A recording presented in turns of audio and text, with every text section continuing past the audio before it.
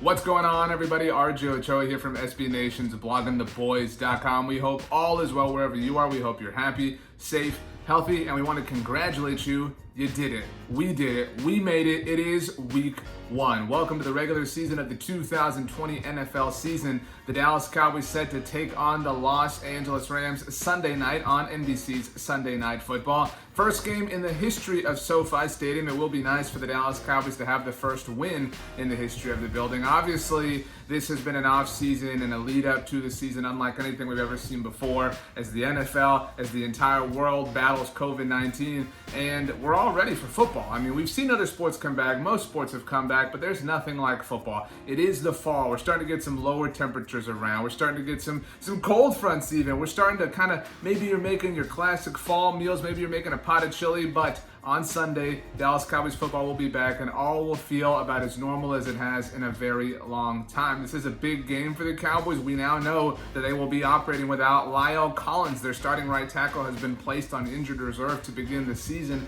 along with Sean Lee and Ventel Bryant. We don't know exactly what the status of Jordan Lewis is, or Luke Gifford for that matter, but it does seem like starting safety Xavier Woods is going to play for the Cowboys. Of course, the Cowboys did not go out and get the safety that everybody thought they would over the course of the last few weeks. Earl Thomas of the Baltimore Ravens most recently remains, at least at the time of this recording, a free agent. However, the Dallas Cowboys did go out and get a safety-ish player who played for the Baltimore Ravens last year that has some history with the Dallas Cowboys, kind of like Earl Thomas. Brandon Carr is back. That's right, the Cowboys are bringing back their old friend. Brandon Carr spent 5 seasons with the Dallas Cowboys from 2012 through 2016. Never missed a game, was kind of the pinnacle of perfect health and just of a really good player, but didn't have the turnovers that merits a really great cornerback. In fact, Brandon Carr's last game with the Cowboys was a loss to Mike McCarthy, so there's a lot of coincidence going on in the air. This is we now know, obviously, as the season has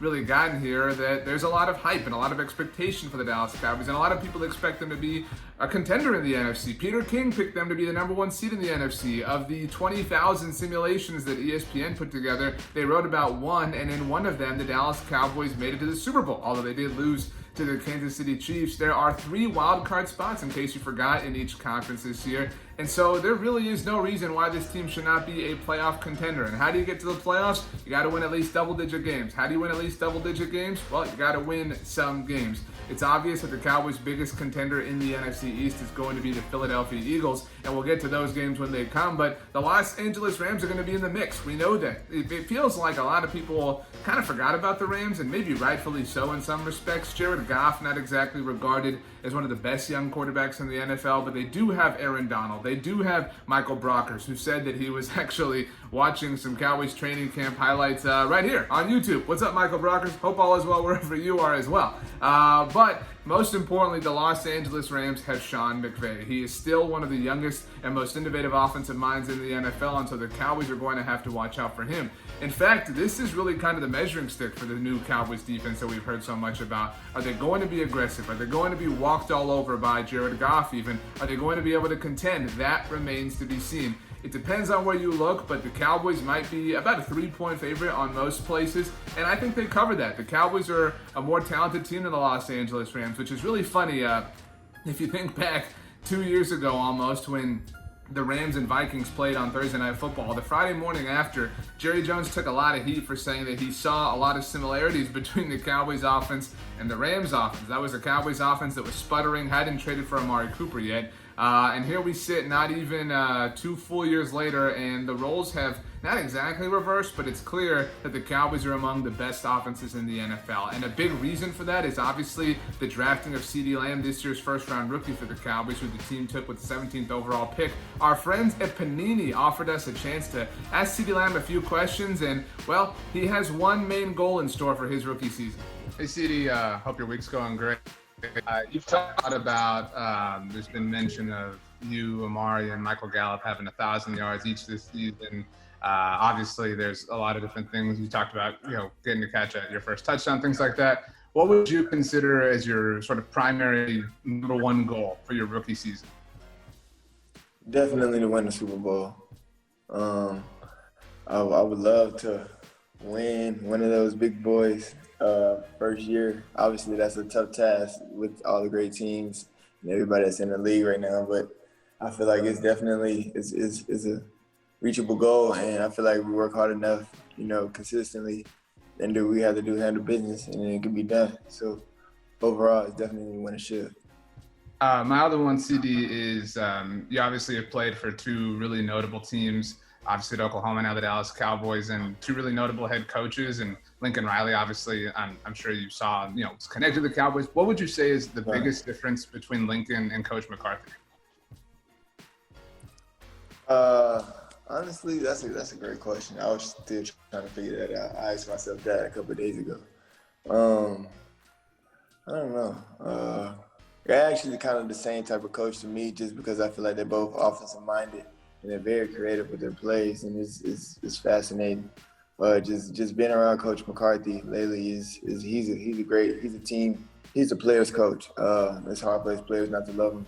And he does a great job of spending time and understanding each problem that we need to solve as a team, or picking out anything that we feel that we need to work on. I can't really compare it, but I can definitely give you that they're a lot similar, just with the way they handle things and how they structure their playbooks and how they run their team. Thanks a lot. No problem. So CeeDee Lamb, no big deal.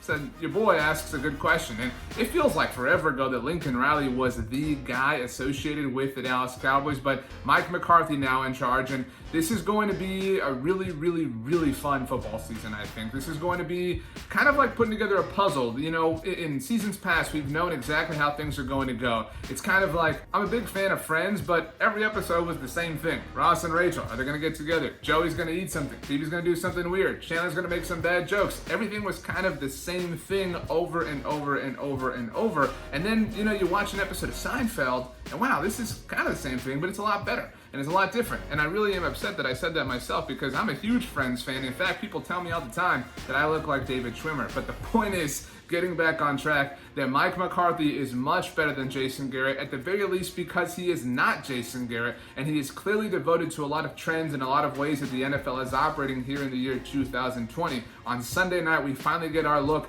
at understanding who Mike McCarthy is in the here and now, and who the Dallas Cowboys are going to be under his leadership. I've got the Cowboys beating the Rams in big-time fashion on Sunday Night Football in front of a big-time audience, probably the biggest audience in the history of Sunday Night Football, given the circumstances that this game is going to be broadcasted in. And I think Monday morning we're going to be talking about a team in a seriously hyped up way. But however, wherever we are talking about the Dallas Cowboys, I can promise you that where includes right here, the official Blog on the Boys YouTube channel. Make sure you do subscribe, because we have so many fun things in store for you as the season progresses. We've got recaps, we've got film reviews, we've got breakdowns, we've got all sorts of ways to communicate and discuss America's team. That's the thing, right? I mean, we all want the Dallas Cowboys to do well. We all want them to win the Super Bowl, and it is really, honestly, just the coolest thing that we get to experience and enjoy that together. Make sure you also subscribe to the Blog on the Boys Podcast Network. We offer you 2 episodes every single day breaking down all things Dallas Cowboys. We are available on all major podcast platforms. Subscribe,